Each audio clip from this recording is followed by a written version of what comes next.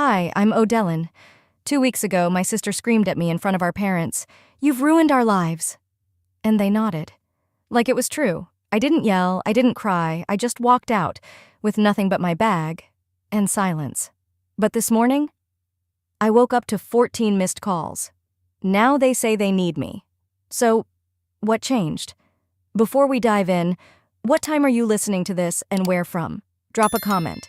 Because maybe you've been erased too, until they realized they needed the one they discarded. It was already dark outside, but the air inside the house felt even heavier. My sister Seraphine sat perfectly perched on the edge of the family's oversized cream sectional, her ring light glowing like a halo around her. She was finishing a live stream, something about hitting 50,000 followers on social media. My parents sat nearby, nodding along like she'd just gotten her PhD. I stood in the doorway between the kitchen and the living room, clutching a chipped mug of tea I'd reheated twice. My name hadn't been mentioned once in the past hour. That wasn't surprising. I had become an expert at blending into the background. Sometimes I wondered if the walls noticed me more than they did. Then it happened. The laptop screen flickered, and Seraphine's voice jumped half an octave. "Oh my God, not now!" Her perfectly curated smile dropped. "Why does this always happen when you're around?" she snapped, her voice cutting across the room and slicing right through me. I blinked, stunned. "What? You stress me out just by breathing, Odellin," she barked. "You throw off my vibe." I looked around, half expecting anyone to call that out for what it was, ridiculous. But instead, my mother stood up, brushing invisible lint off her lap. "She's not wrong," Verena said calmly. "Every time something good happens, you find a way to ruin it. You've ruined her life. Honestly, you've ruined ours too." My father didn't say a word.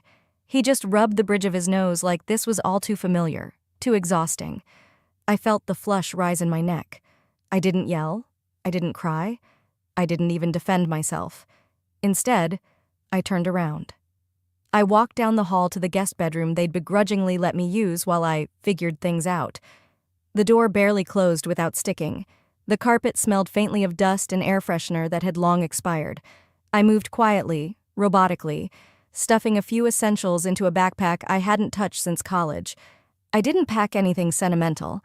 No framed photos, no cards, no letters. I'd stopped writing those years ago when I realized no one read them. 15 minutes later, I was out the door. No one asked where I was going. No one asked if I'd be back. The street was quiet. The kind of silence that follows the kind of fight where words hit harder than fists. I walked down 2 blocks to the gas station with the humming fluorescent lights. I bought a granola bar and a bottle of water, mostly out of habit, not hunger. I asked the clerk if the bus was still running. "Last one's in 8 minutes. If he's on time." He wasn't. But I waited anyway, sitting on the cold metal bench with my hands shoved in my coat pockets and my backpack between my legs like a life raft. When the bus did show, I climbed on and didn't look back. The ride into downtown Charlotte felt longer than it was. I kept my head down, watching the city lights blur past like smudged paint. No one made eye contact. It was almost a comfort. When we reached the end of the line, I got off and walked a few blocks to a small beige motel with flickering neon signage. The kind of place you only go if you've run out of better options, or better people. The man at the front desk didn't ask questions.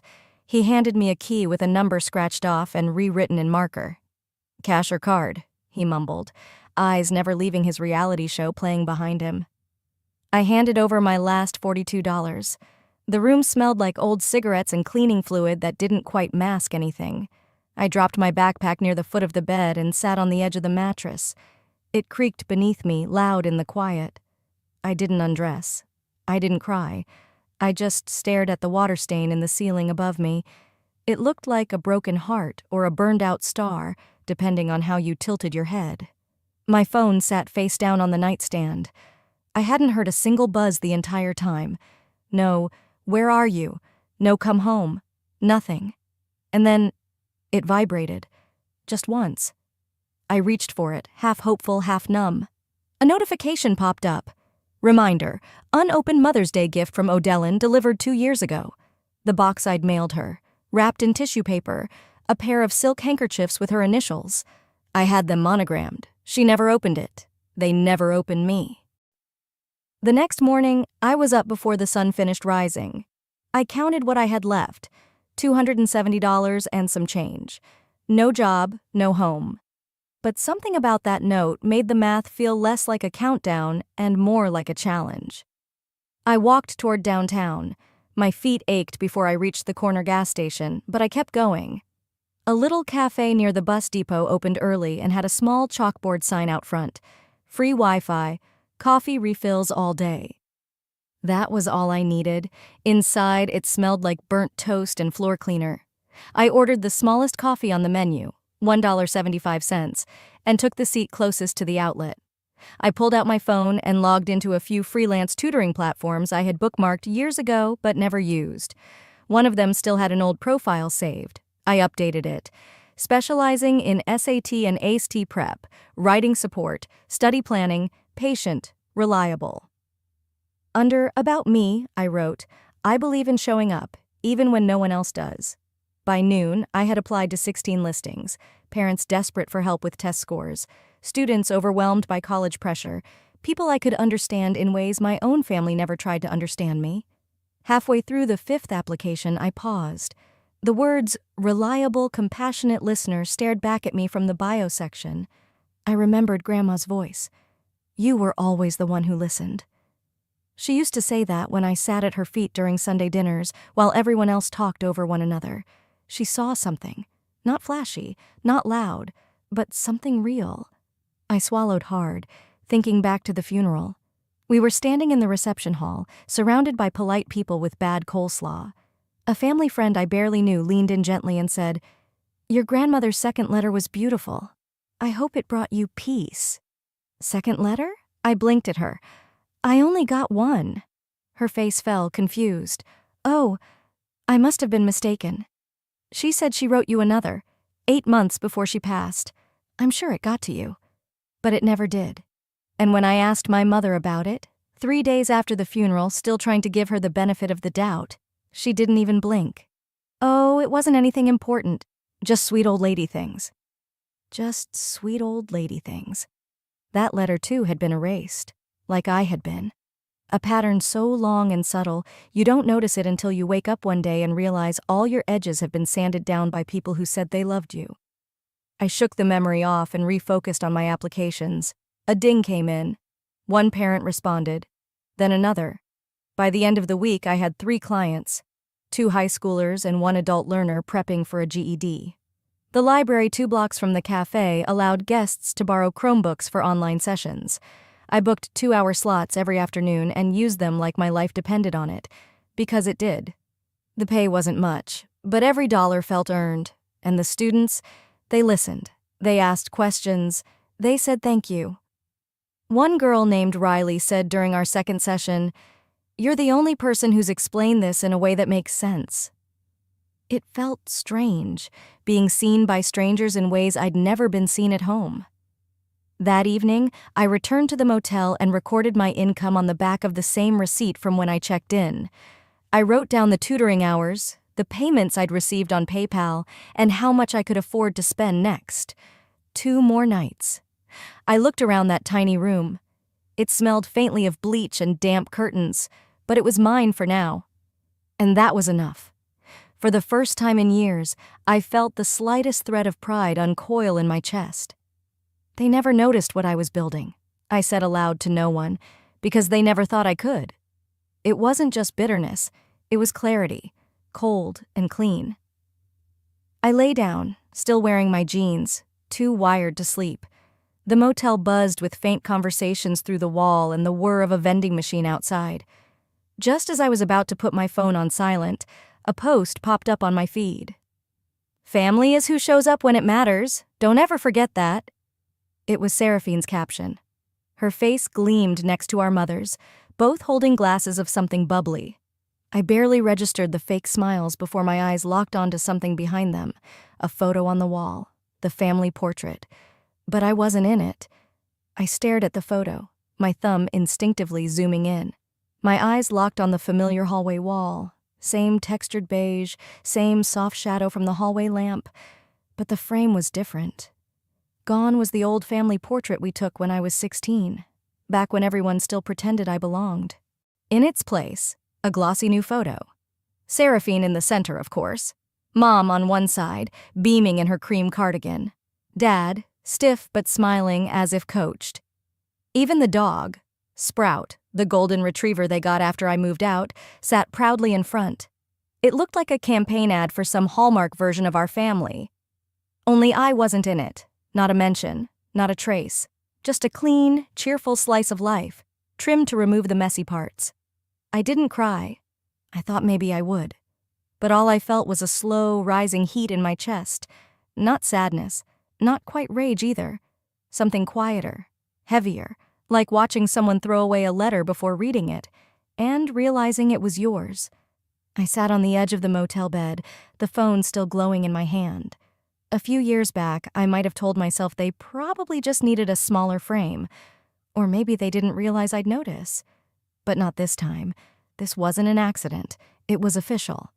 I'd been erased. Not metaphorically, not emotionally, physically. I scrolled back to other photos on Seraphine's page. Throwback to the good old days. Family dinner last Sunday. Grateful for my tribe. There I was, always barely in frame or cropped out entirely. And now, I was just gone. A wave of memory pulled me under. I was 9, standing on a stool so I wouldn't be too short for the group photo at church. Everyone laughed when Seraphine joked, "Odellin always looks like she photobombed us." That time, Mom did defend me, kind of. She said, "She's just shy, that's all." But they moved me to the end of the lineup anyway. Out of frame was easier. I blinked away the memory and reached for my tote bag, needing to distract myself. I began organizing my tutoring inquiries, replying to students, filtering messages. It was busy work until I opened the spam folder. There it was. A subject line I nearly missed. Family podcast opportunity. Sent by Seraphine. I had been CC'd. My stomach clenched. I opened it. A short professional note to a PR rep, pitching an episode featuring modern family dynamics through the lens of resilience and social media influence. And then, at the bottom, "My sister? She's just bitter and emotionally unstable. We don't talk for a reason. I don't want her involved. It's taken years to rebuild the family's image." My hand tightened around the phone. I could hear the ringing in my ears. I reread the line 3 times, each word louder than the last. Bitter, unstable, rebuild. I didn't cry. I didn't scream. Instead, I took a screenshot, then another. Then I printed the email from the library the next morning and taped it on the motel wall, right next to Grandma's letter. The words sat side by side, like a before and after. One believed I could build, the other believed I didn't matter enough to be seen. I grabbed a pen. On the motel notepad, I started mapping it all out. Dates, comments, moments. The slow erasure, the dismissals, the behind-the-back insults that had finally come out in writing. It didn't feel petty anymore. It felt necessary. Later that week, a message popped up from a Dallas-based SAT prep group. They'd reviewed my profile and wanted to onboard me for virtual sessions, $75 per student, a number I hadn't seen in years. It meant I could stop living off dollar coffee and hope. I accepted the offer without celebration, no jumping, no smiling, just a steady kind of satisfaction. The kind that stays quiet because it doesn't need to be seen. By Friday evening, I had enough to put down for a small room in a shared apartment a few miles out. Not a palace, but something with a door that locked and no blinking neon sign outside. I sat on the bed, tracing the edge of the email with my thumb. I wasn't angry anymore. I was awake. There's a difference. A knock on the motel door startled me, sharp, hesitant. I stood slowly and opened it. There she was, Milas, my former best friend. Her face looked thinner, tired. She clutched something in her hands, something wrapped in an old dish towel like it had been hidden. "Odellin," she said softly. "They told me you were in trouble. I didn't believe them. Until I saw this." I stepped aside to let Milas in, and she hesitated like she didn't belong. Like crossing that threshold meant betraying someone. She held out a small envelope, the kind I used to buy in bulk from that stationery shop near the library. My name was written on it in my own handwriting, soft, rounded letters I hadn't used in months. My chest tightened. "It's still sealed," she whispered. "O'Dellin, I found it in your mom's desk, under a stack of expired coupons." I didn't reach for it right away. I just stared. "I wasn't snooping," she said, setting it gently on the little table by the microwave. "I was dropping off something for Seraphine. Verena had me waiting in the kitchen. And it was sitting there, like it meant nothing." I finally picked it up. The envelope hadn't been torn or wrinkled. It looked exactly like it did when I walked it to the mailbox last year. My mother's birthday. I'd saved up for weeks just to load a gift card to her favorite cafe and wrote a letter inside about second chances, about trying again, about maybe healing. She never opened it. Mylis sat down across from me.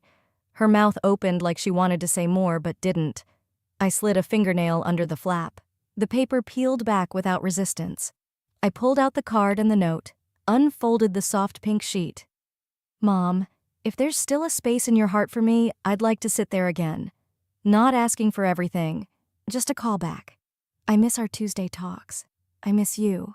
Love, O'Dellin." I read it twice. Then I folded it back. I didn't say anything. I couldn't. Even the words I sent them didn't matter. Not enough to open. Not even enough to throw away. Just tucked under coupons and forgotten. Like a scratch-off that didn't win. Mylis finally spoke. "That wasn't all I found." She reached into her tote and slid a few printed pages across the table. "Seraphine's new site, the Success Academy, or whatever she's calling it. I used to help you build this stuff, remember? I'd know your voice anywhere." I scanned the first page, then the next. My breath caught. She'd lifted it all, the intro text, the diagnostic rubric I'd spent months refining. Even my diagrams, the same layout, same color palette. Only now it was under Seraphine's name, her photos, her brand. "She said you gave it to her," Mylis added quickly. I knew that was a lie. I laughed, one of those short, breathless sounds that die before they reach your throat. "Even my sidebars," I muttered, "even the section headers." My voice shook, but I stayed still, like movement would let the betrayal crack wider. Mylis sat quietly while I took it in. A few hours later she left, hugging me tightly, then slipping out the door with tears in her eyes. The room was quiet again. I sat on the floor, my back against the cheap wood-paneled wall.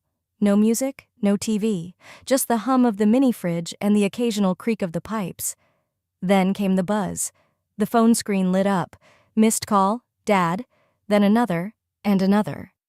I watched as the count ticked up to 14. Voicemails followed. I didn't listen, at first, but curiosity peeled me open just enough. The last one was from my father. His voice was weary. "O'Dellin, your sister's getting dragged all over the internet. Some blog picked up the story. They're calling it plagiarism. People are mad. She's saying you're lying, but we need your help to calm it down. She's not handling it well." No apology, no acknowledgement, just the usual pattern, "We need you when it burns." I didn't answer. I didn't even text back. I just sat there, phone on my lap, screen still lit, then dark, then lit again. The buzz felt like a mosquito at the edge of sleep. Persistent. Nagging. Never letting up. "They only ever call," I whispered to the silence, "when I can fix what they broke." My arms felt heavy. I leaned forward, resting my forehead on my knees. I hadn't cried yet, but this wasn't tears. This was something slower, sadder. I opened my laptop, hovered over my folder marked Curriculum Archive. My finger tapped the delete key. Maybe I should just let it go, erase it all, like they tried to erase me. But then I noticed something. A folder I hadn't touched in years. "Grandma, legal." I clicked. Inside was a scan I barely remembered uploading, an image file labeled Will_O'Dellin. I opened it. There it was, clear as day. My grandmother's signature, her handwriting, a clause stating that I, O'Dellin Shipley, was the sole recipient of her educational materials, all her curriculum, tutoring designs, and teaching frameworks. I was the legal heir to the very work Seraphine had stolen. And it had been scanned. 5 years ago. Hidden ever since. The next morning, the weight of that scanned file hadn't faded.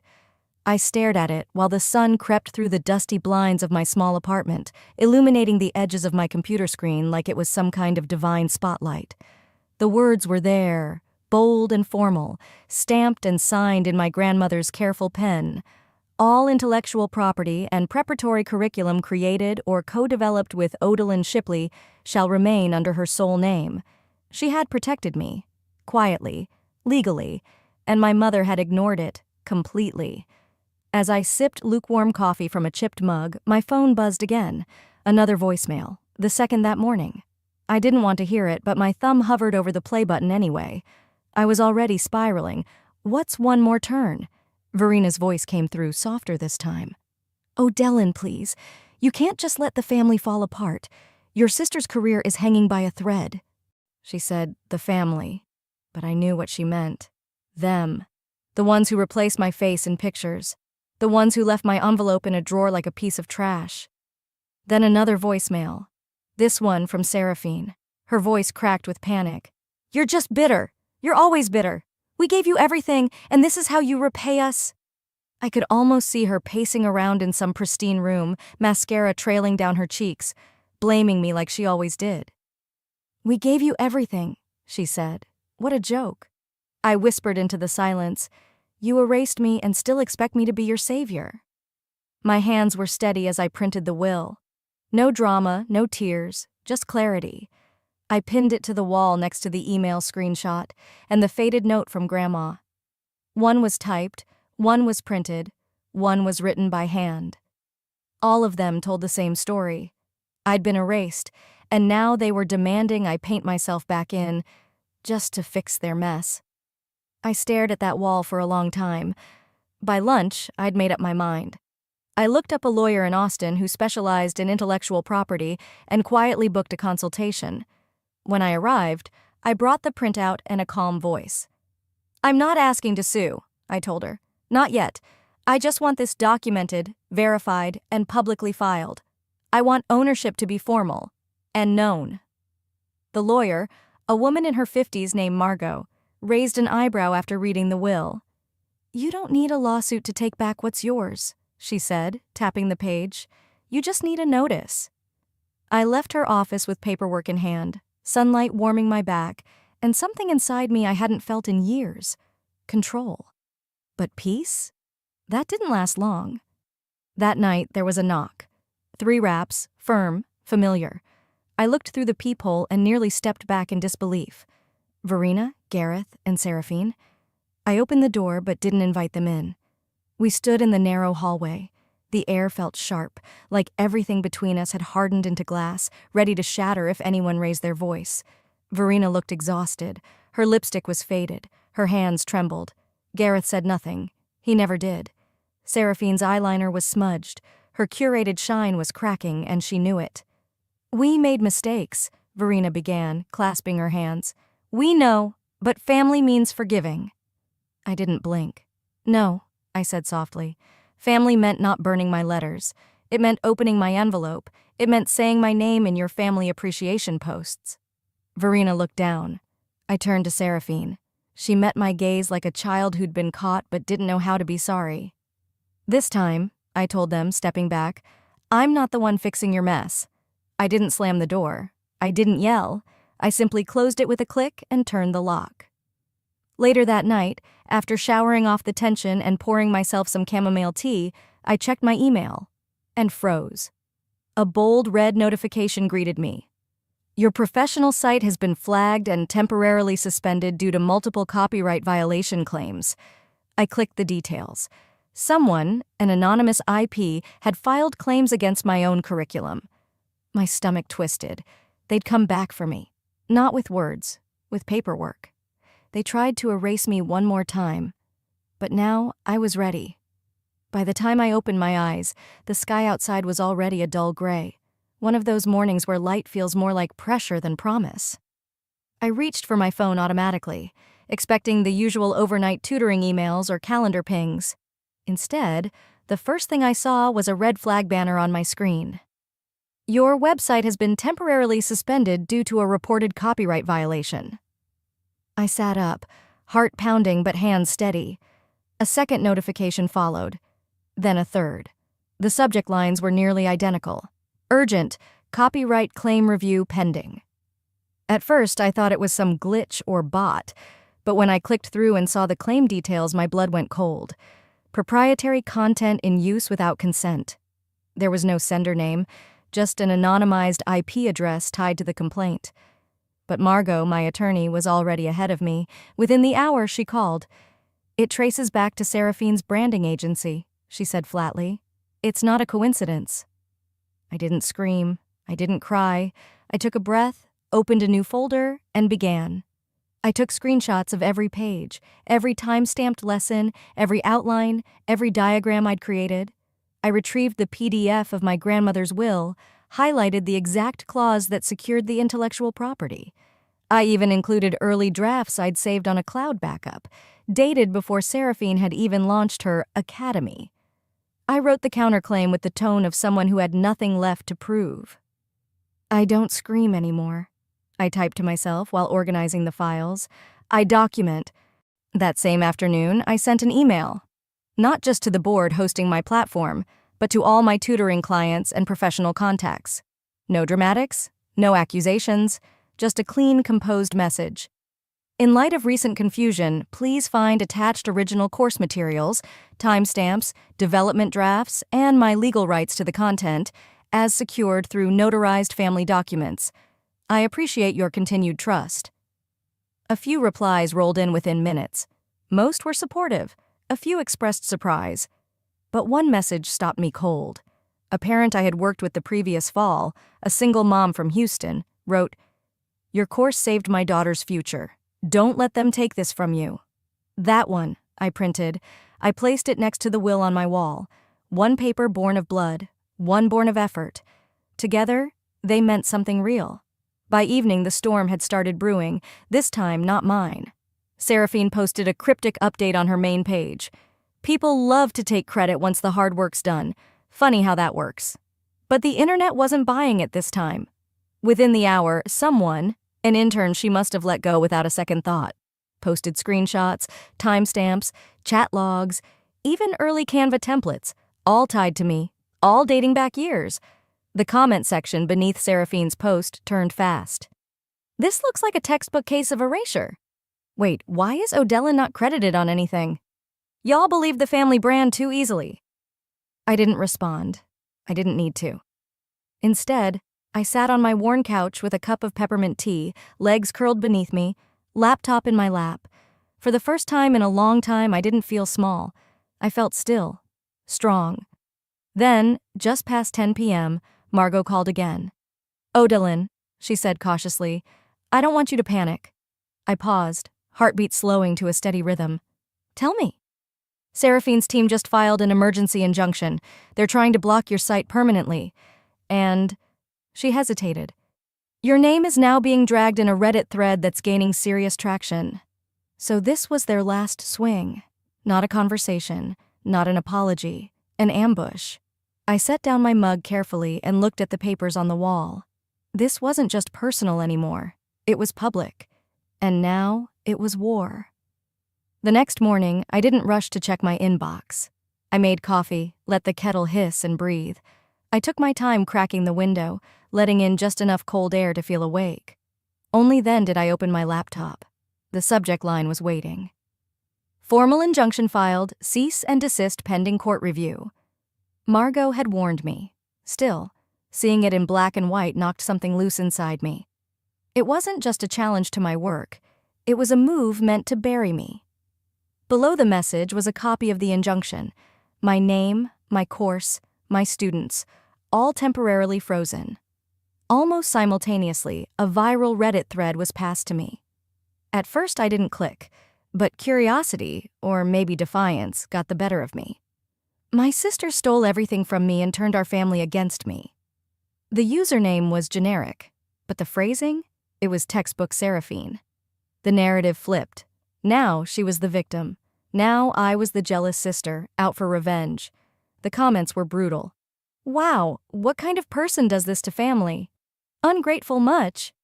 Can't believe some people will tear down their own blood over a little attention." I almost closed the page. Almost. Then I saw one comment near the bottom. Funny how the receipts always show up when the loud ones overplay their hand. It stopped me cold. It wasn't loud. It wasn't long. But it reminded me. I had the receipts, all of them. I didn't waste another second. I pulled up my webcam, kept the room dim, no makeup, no angles, just me. And I spoke. Not with anger, not with apology. I placed the printed will in front of me, read the paragraph aloud, the clause about ownership. I showed the signed page, then screen shared the original curriculum files, the drafts, the timestamps, the side-by-side comparison of her rebranded content, and finally, the emails, the one from her agency, the one from her PR team, all with my name scrubbed out. When I finished, I looked directly into the lens. They say silence is strength, I said quietly, but sometimes truth needs a voice. This is mine. I didn't add music, no dramatic cut. I didn't ask for support or sympathy. I just clicked upload and let it go. Within 2 hours, my phone didn't stop buzzing. Old clients shared the video. This woman helped my son pass his GED. She worked with my daughter when no one else would. She's the reason my kid got into college. A teacher I'd collaborated with reposted my slides. A blogger I'd never met stitched the video on TikTok, praising the calm clarity. Even the Reddit moderators took action, labeling the original thread a misrepresentation and locking the comments. Something was shifting, slowly, but undeniably. Late that night, I got a voicemail from my mother. Her voice was low, not performative, just tired. "We're sorry. Not for everything, maybe not yet, but for now. For letting it happen. You didn't deserve that, Odellin." She didn't ask me to call back, and I didn't. That part of me, the one that wanted to hear those words since I was 9 years old, didn't jump. It didn't reach. It just listened and let it settle. A few hours later, there was a knock on my door. No one I knew had said they were coming. I opened it slowly. A delivery man stood there holding a small box and a clipboard. "Certified," he said. "Signature required." I signed, closed the door, sat on the edge of my bed and peeled back the seal. Inside was a single envelope, legal-sized, cream paper, from Seraphine's lawyer. I opened it and read. Proposed settlement agreement enclosed, confidentiality required, full rights and name restoration in exchange for non-disparagement. They were offering a deal, a silent end, a trade. But they were wrong about one thing. Silence didn't protect them anymore. It just bought my answer. The check didn't tremble in my hands. It was heavy, yes, 6 figures worth of forgive and forget.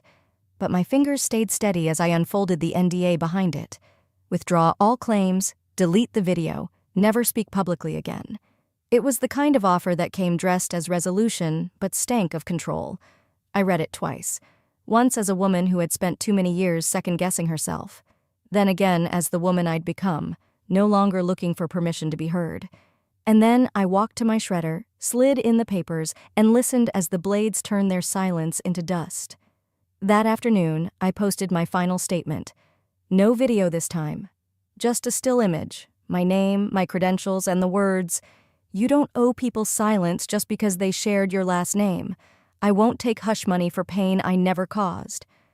By nightfall, it was everywhere.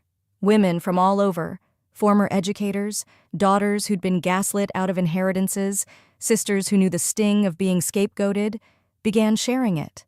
Not for sympathy, but because it named something they couldn't say themselves. One message read, "I thought I was the only one. Thank you for saying what I couldn't." In my new home office, where I no longer needed to ask for a chair at the table, I hung the wrinkled paper I'd carried since that motel room. "You will build what no one sees today." It rested beside the official letter from my lawyer. Ownership affirmed, IP registered, curriculum protected. The desk was modest. The window overlooked a bus stop, but it was mine. I haven't heard from my family since. Not on birthdays. Not when Seraphine's site was permanently shut down. Not when word spread that Mom had quietly sold the house. Some said it was to cover the legal fallout. Others whispered she'd just had enough. But I didn't wait for gossip.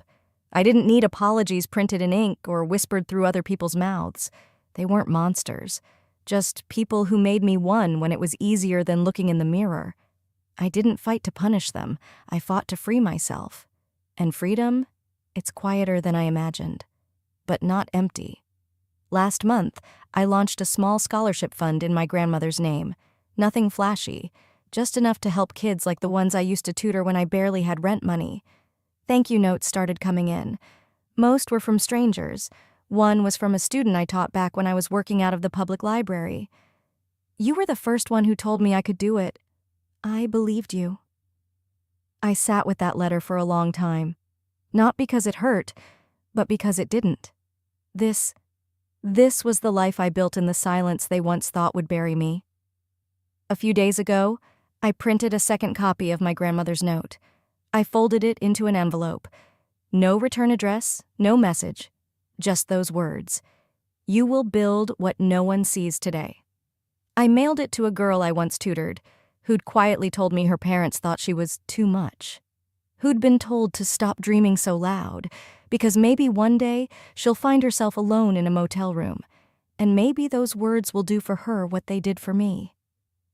Have you ever stopped chasing the apology that never came, and realized peace was the real closure? Have you ever been erased by your own family and still found the strength to build something lasting? Share your story below. I read everyone.